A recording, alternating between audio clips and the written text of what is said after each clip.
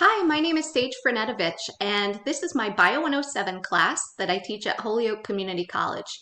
This is a fully online lecture and lab class, and I have two different Moodle sites, one for lecture and one for lab, because sometimes the lab instructor is different than the lecture instructor.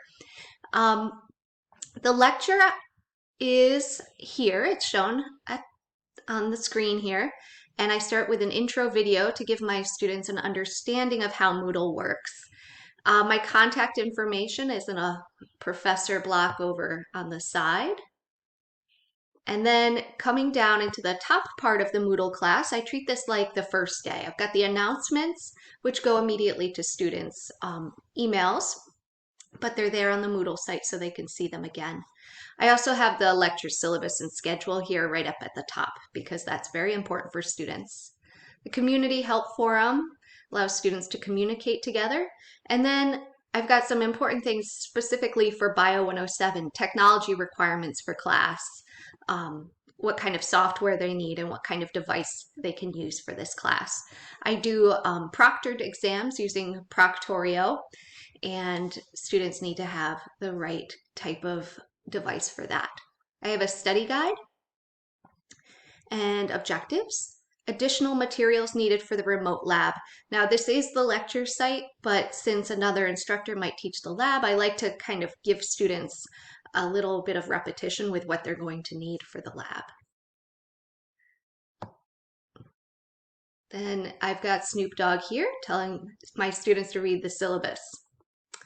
I use collapsed topics format for my Moodle sites because I find it the best way to organize the material, and that way I can open up each toggle in each tab as we go along. And so I always start with helpful resources for students, and this has some sites that might give them help in converting in the metric system, some podcasts and web pages that they might like.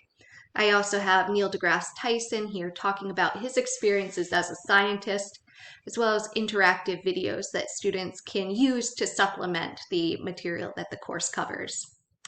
I also have a link to OpenStax's OER book because occasionally students don't get their textbooks on time or they can't figure out how to do a free trial. So this way they can start reading the topics that we do. And Chapter 1 in OpenStax is very similar to Chapter 1 in other textbooks. Here I have my Proctorio hook, which is something the website needs to use Proctorio. And getting down into Unit 1 here. This is the first section. In Unit 1, we'll have several sections, several topics in it. We're looking at Introduction to Biology. And then later we'll have Unit 2, which focuses on biochemistry. So I have an intro video here, which introduces students to the material and what to focus on. I've got a to-do list, and then I have the resources. I do video lectures, which are up on YouTube. I have lecture notes that students can print along as they go through those lectures, and the PowerPoint if they want to print out that. Introduction forum, so students can get to know one another, and that encourages students to use a multimedia component. Then I have a question set. This is not timed. This one is timed. Sometimes the question sets are not timed. I prefer to give not timed question sets because it helps with accessibility and accommodations. I try to keep this course focused on accessibility and equity. Natural selection and variation assignment is here, and that's more of a handout type of assignment. I created some H5P activities for students that are optional, and then I have study tips and extra optional resources for students. These are my other toggles that I have in the lecture. Now I'd like to show you my lab course, which is here, and I'm really excited about this online lab. I didn't think I would like teaching online labs, but then I developed one, and now I really think it's an interesting and fun course. For the online lab, I use virtual labs through McGraw-Hill. They come with the Connect program that students will purchase. The virtual labs are really useful for getting students to think through activities, and it's good for getting students prepared for their hands-on activities, because this lab also has some kitchen science type activities that they do at home. For example, they will extract enzymes from celery and use those enzymes to break apart hydrogen peroxide molecules. So I take them through that process. And then students also get a lab kit that contains a microscope.